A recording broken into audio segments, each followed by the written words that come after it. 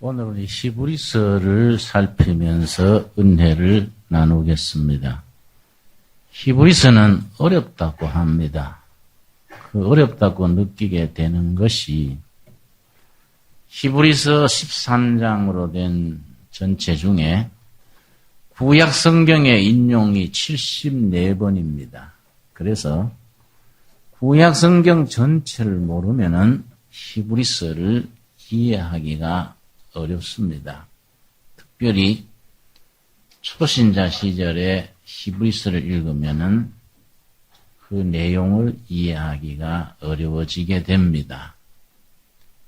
그래서 어떤 분이 말하기를 히브리서는 신구약 성경의 요약판이다. 신구약 성경을 줄이고 또 줄이면은 히브리서가 나온다. 그렇게 또 말합니다. 히브리서는 누가 언제 어디서 썼는지 전혀 알려지지 않는 책입니다. 그리고 성경 66권 중에서 성경으로서 채택된 것이 가장 늦습니다. 그걸 정경화라고 합니다. 정경. 하나님의 말씀으로 인정되는 정경에 들어오기가 아마 3세기 경에 와서 성경 전체 중에서 제일 나중에 성경으로 채택됐습니다. 그래서 누가 썼는지 언제 어디서 썼는지 이런 것이 다 알려지지 않았기 때문에 히브리서를 오리무중이라 그래요. 오리무중. 오리무중 아세요? 오리가 무밭에서 중심을 잃은 것이 오리무중이라 그럽니다. 예. 그 신비의 책 그렇게도 말합니다. 1장 1절 보겠습니다. 1장 1절. 옛적의 선지자들로 여러 부분과 여러 모양으로 우리 조상들에게 말씀하신 하나님이 구약을 말합니다. 옛적의 선지자들로 말씀했다는 것은 구약이지요. 2절. 이 모든 날 마지막에 아들로 예수님이지요. 우리에게 말씀하셨으니 구약시대에는 선지자로 아브라함, 모세, 말라기에 이르기까지 선지자들로 계속 말씀하시다가 마지막에 아들 예수님을 통해서 말씀하셨다. 그 말이지요. 이 아들을 만유의 후사로 세우시고 저로 말미암아 모든 세계를 지으셨느니라. 그 아들은 모든 우주 만물의 상속자였어요. 후사는 상속자입니다. 모든 우주의 상속자시고 창조주시고 인도자이신 아들을 통해서 우리에게 하나님의 계시를 알려줬다. 근데 히브리서의 주제, 중심은 3장 1절입니다. 3장 1절. 거기 히브리서의 제목이 나옵니다. 히브리서는 어떤 책이냐? 히브리서는 예수님을 어떻게 소개하느냐? 히브리서를 이해하는 데 있어서 핵심은 뭐인가? 3장 1절을 통해서 우리가 이해할 수 있습니다. 그러므로 함께 하늘의 부르심을 입은 거룩한 형제들아, 우리의 믿는 도리의 사도시며 대제사장이신 예수를 깊이 생각하라. 대제사장이신 예수 그리스도. 이 히브리서의 주제입니다. 성경 66권이 다 예수님을 설명하는데 마르틴 루터가 그래 말했습니다. 성경은 아기 예수가 누워있는 말구유 같다. 성경 속에 예수님이 장마다 계시는데 각 책마다 예수님을 드러내는 모습이 다른 겁니다. 창세기는 창조주 예수님, 요한계시록은 승리자 예수님, 마태복음은 왕으로 오신 예수님, 마가복음은 종으로 오신 예수님, 다 다른데 히브리서는 뭐이냐? 대제사장이신 예수님. 요겁니다. 대제사장이신 예수님. 자, 그러면 질문이 생깁니다. 구약의 전통에서 대제사장은 어느 지파에서 나오게 되어 있습니까? 레위 지파라야 제사장이 나옵니다. 레위 지파만 제사장으로 되고 매년 제사장 전부 모아가지고 한 명을 투표합니다. 그 사람이 대제사장입니다. 그런데 레위 지파라야 제사장이 되는데 예수님은 레위 지파가 아니다 이 말이지. 예수님이 무슨 지파인지 누가 아세요? 유다 지파예요. 그러면 유다 지파입니까? 제사장이 안 되지 않냐? 그러니까 유대인들 사이에는 질문이 생기는 겁니다. 그거 짝퉁이지 않냐? 가짜지 않냐? 가짜. 어떻게 유다 지파면서 제사장이라고 감히 말하냐? 그거는 사입이다. 그러니까 거기에 대한 답을 뭐라고 하느냐 하면은 야곱의 12아들 중에 레위에서부터 제사장 직분이 시작되는데 그걸 넘어서는 족보가 다르다. 그래서 6장 마지막 절 6장 20절에 가면은 레위 지파의 학렬을 따른 제사장이 아니다. 다른 학렬로서 제사장으로 인정하는 것이다. 6장 20절. 그리로 앞서가신 예수께서 누구 반차입니까? 반차. 멜기세덱. 반차란 말은 학렬입니다. 학렬. 영어로는 오더. 학렬. 멜기세덱의 학렬을 따라서 레위 학렬이 아니다. 멜기세덱의 반차를 따라 쫓아 영원히 제사장이 되어 우리를 위하여 들어가셨느니라. 제사장은 제사장인데 계통이 다르다. 일반적으로 레위 계통이 아니고 멜기세덱 계통이다. 자, 그러니 구약 성경을 모르는 분들은 멜기세덱이 뭐냐, 이름도 이상하잖아요. 멜기세덱이 창세기 14장에 나옵니다. 창세기 14장. 창세기 14장을 알아야 멜기세덱을 아는 겁니다. 창세기 14장. 자, 창세기 14장에 이스라엘 민족은 아브라함에서 시작됩니다. 그 아브라함한테 축복한 사람이 있습니다. 아브라함한테 안수하고 아브라함한테 11조 헌금을 받아간 아주 하늘에서 떨어진 이상한 사람이 있습니다.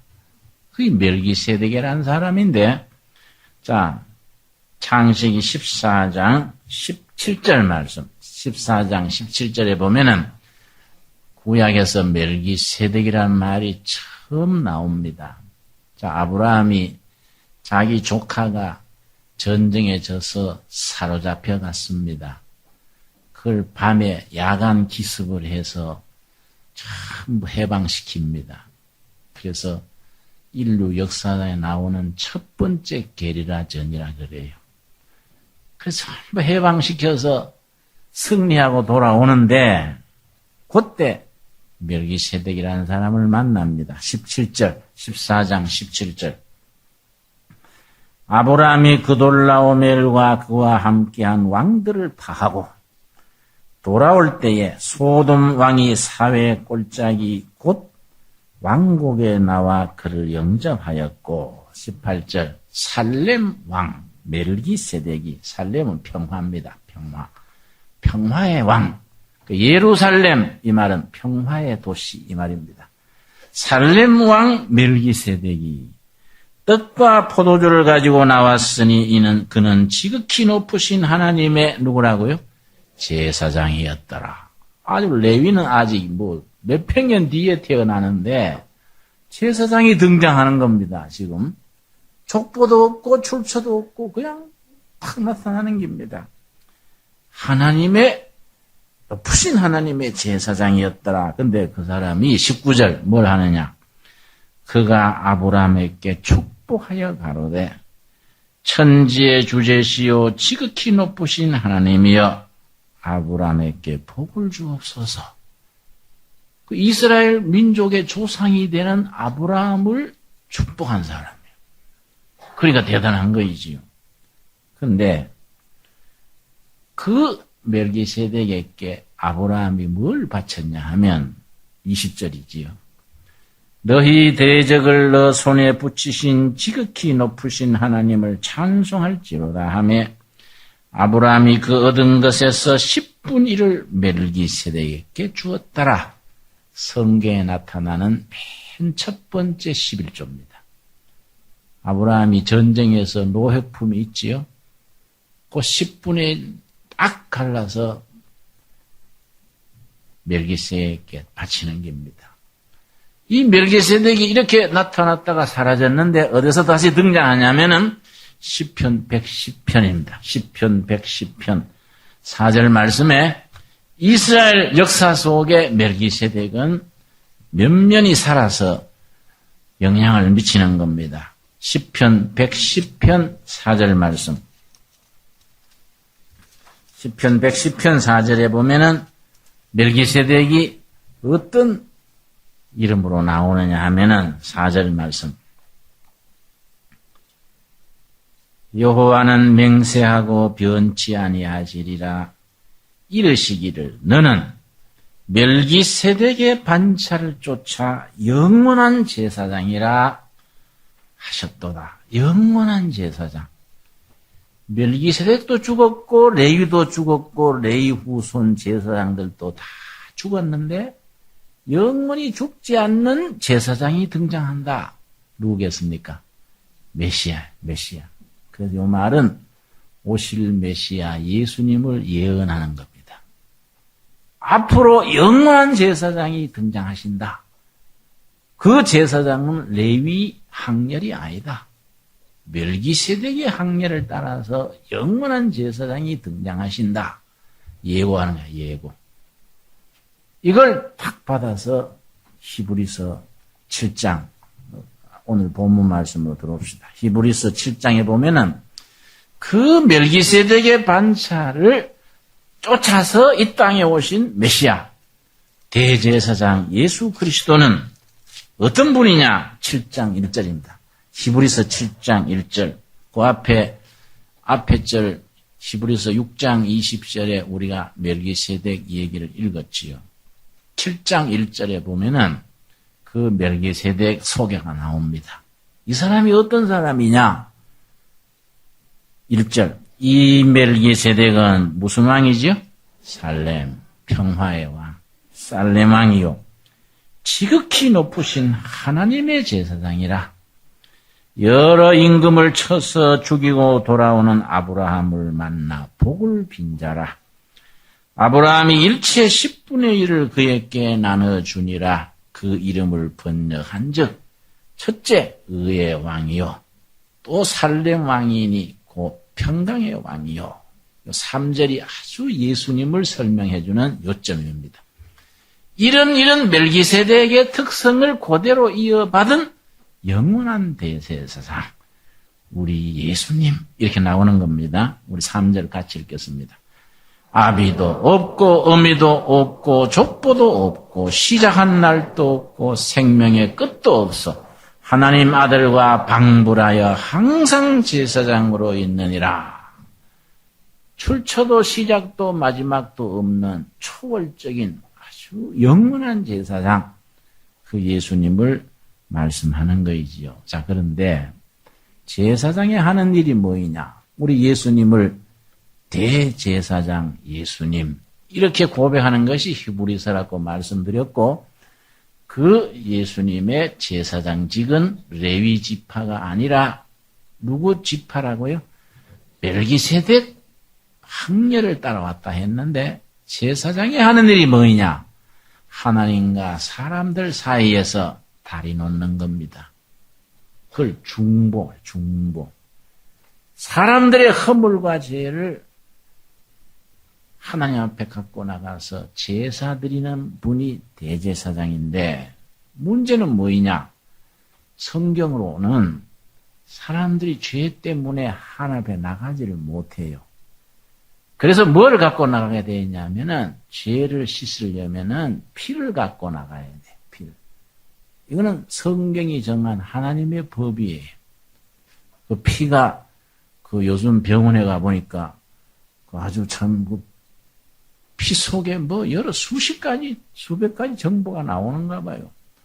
나도 이번에 병원에 가 보니까요, 피를 막 한 주먹 병 뽑아요. 근데 이거 팔아먹으려구나. 이거 왜 이래 많이 뽑나.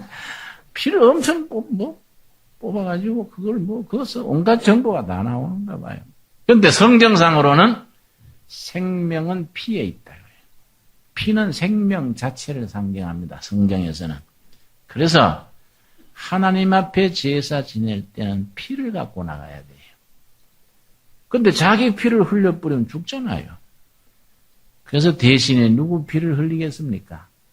그래서 양인이 소인이 등장하는 겁니다. 자, 바로 9장 22절에 나오지요. 9장 22절. 9장 22절 말씀. 율법을 쫓아 거의 모든 물건이 피로서 정결케 되나니, 고단 같이 읽겠습니다. 피 흘림이 없은즉 사함이 없느니라. 생명이 피에 있다고 인식을 했는데 하나님 앞에 제사 지낼 때는 반드시 피를 갖고 나가야 되지, 피가 없으면 속죄 제사가 무효다. 근데 아까 말씀드렸듯이 자기 피를 흘리면 죽어버리니까 대신에 부자들은 송아지, 보통 사람들은 양이나 염소, 아주 가난한 사람들은 비둘기도 돼요. 영 가난한 사람은 들여서 비둘기 한 마리 잡으면 되잖아요. 비둘기 잡아가지고 가서 제사 지내는 겁니다. 각기 재산에 따라서 그렇게 여유를 뒀습니다. 그런데 구약 시대에는 하나님 앞에 나갈 때 제사장이 그걸 받아가지고 제사를 지냈는데, 피를 흘리고 했는데, 예수님은 어떤 역할을 하셨는가? 예수님 없었으면 지금 우리가 예배 드릴 때마다 양 잡고 소 잡아야 하는데, 그걸 폐지하셨다 이거지요. 9장 12절입니다. 9장 12절. 히브리서 9장 12절. 염소와 송아지의 피로 아니하고 오직 누구 피입니까? 자기 피로. 자기 피. 그래서 예수님의 피공로를 말하는 겁니다. 자기 피로 영원한 속죄를 이루사. 그 다음에 뭐이죠? 단번에. 왜 단번이냐? 구약시대는 제사 지릴 때마다 짐승 잡았잖아요. 근데 이거는 예수님은 한꺼번에 해버렸다. 한꺼번에 끝내버렸으니까 이제 짐승 잡을 필요가 없어진 거예요. 단번에 성소에 들어가셨느니라. 자, 13절. 염소와 황소의 피와 및 암송아지의 죄로 부정한 자에게 뿌려 그 육체를 정결케 하려 거룩해 하거든. 구약시대에는 양 잡고 염소 잡고 소 잡아가지고 죄를 씻었거든. 14절 첫마디가 뭡니까? 하물며 두말할 거 없대요. 두말할 거 뭐 있냐? 응? 애들식으로 표현하면 두말하면 숨가쁘지 말할 게 뭐 있냐? 하물며 영원하신 성령으로 말미암아 흠없는 자기를 하나님께 드린 누구 피입니까? 그리스도의 피가 어찌 너희 양심으로 죽은 행실에서 깨끗하게 하고 살아계신 하나님을 섬기게 못하겠느냐? 대제사장 대신 예수님이 하신 일을 이렇게 설명을 하는 겁니다. 그리고 히브리서에서는 믿음을 아주 강조했는데 히브리서에서 말하는 믿음하고 로마서에서 말하는 사도 바울의 믿음하고 요한복음이나 요한 1, 2, 3서에서 말하는 사도 요한의 믿음이 강조점이 달라요. 11장 1절. 히브리서 11장 1절. 자, 바울의 믿음, 사도 요한의 믿음, 히브리서의 믿음, 다 믿음으로 구원받는 믿음인 것은 틀림없는데 강조하는 게 다르다 이 말이지요. 사도 바울의 믿음은 예수를 믿음으로 의롭게 되는 그 믿음. 사도 요한의 믿음은 예수를 믿음으로 구원받아 하나님과 누리는 평화와 기쁨의 생활, 현재 누리는 생활이에요. 사도 요한은요, 죄 씻음 받고 성령 받고 지금 누리는 기쁜 삶을 강조했어요. 바울은 옛날 믿음으로 허물과 죄가 없어지고 구원된 그 감격을 강조했는데 히브리서의 믿음은 달라요. 미래요, 미래. 장차 누리게 될 소망 중에서 이루어지는 믿음을 강조하기를 11장 1절입니다. 11장 1절. 우리 한번 같이 읽겠습니다. 믿음은 바라는 것들의 실상이요 보지 못하는 것들의 증거니. 이거 아주 대단히 깊이 있는 말입니다. 요 11장 1절 한 구절 가지고 책 한 권 쓴 분이 있습니다. 아주 요 말이 깊이 있습니다. 믿음은 바라는 것들의 실상이요. 실상이란 말은 무슨 말이냐면은 우리가 바라는 목표가 있지요. 바라는 목표가 이러합시다. 이걸 바라고 열심히 나가는 거예요. 땀 흘려 일하고 기도하고 열심히. 내 평생의 요거는 꼭 이루어야지. 바라보고 나가는 겁니다. 우리가 바라는 것이 앞에 있단 말이죠. 우리가 거기에 도착할 때까지 이게 사라지지 않도록 받쳐주는 받침대, 거기 믿음, 실상. 우리가 바라는 것이 중간에 사라지지 않도록 끝까지 받쳐주는 받침대가 믿음이다. 믿음은 내가 바라는 것들이 사라지지 않도록 실종하지 않도록 끝까지 받쳐주는 받침대요. 그 말이에요. 보지 못하는 것들의 증거니 이거는 눈으로 안 보인다. 눈으로. 육안으로는 안 보이는데 뭘로 보느냐? 가슴으로 본다. 믿음이란 건 뭐냐? 눈으로 보이지 않는 것을 가슴으로 보는 것이 믿음이다. 멋있어요. 내 혼자 멋있으면 안 되는데. 그죠? 믿음이라는 것은 지금 누리는 게 아니다. 미래 언젠가 희망 중에서 내가 거기에 도달할 때까지 사라지지 않도록 받쳐주는 게 믿음이고 그 믿음은 내 눈으로 안 보인다. 가슴으로 본다. 가슴. 내 가슴에 임하는 컨빅션, 확신으로 본다. 내가 몇 년 전에 러시아를 갔었지요. 한 8년 됐습니까?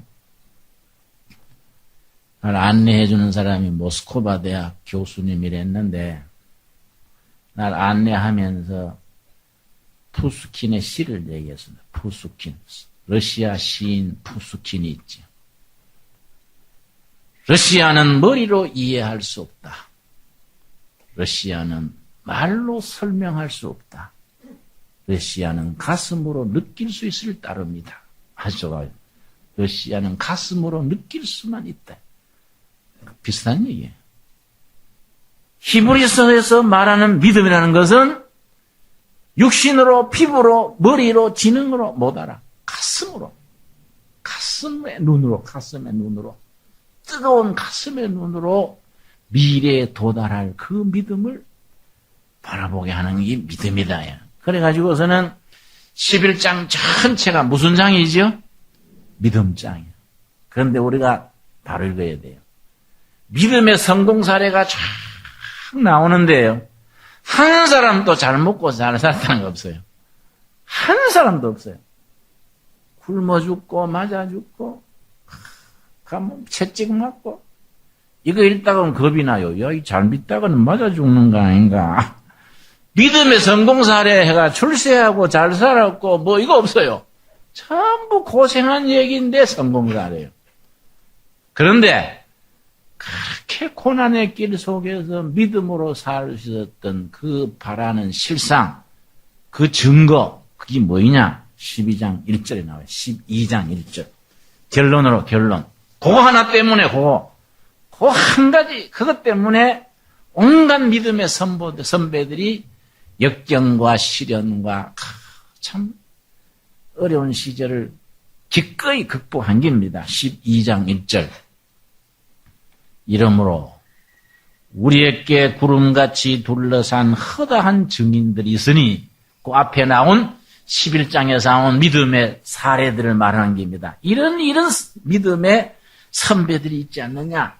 구름같이 둘러싼 허다한 증인들이 있으니 모든 무거운 것과 얼매기 쉬운 죄를 벗어버리고 인내로서 우리 앞에 당한 경주를 경주하며 믿음의 주요 또 온전케 하시는 이인 누구를 바라보자?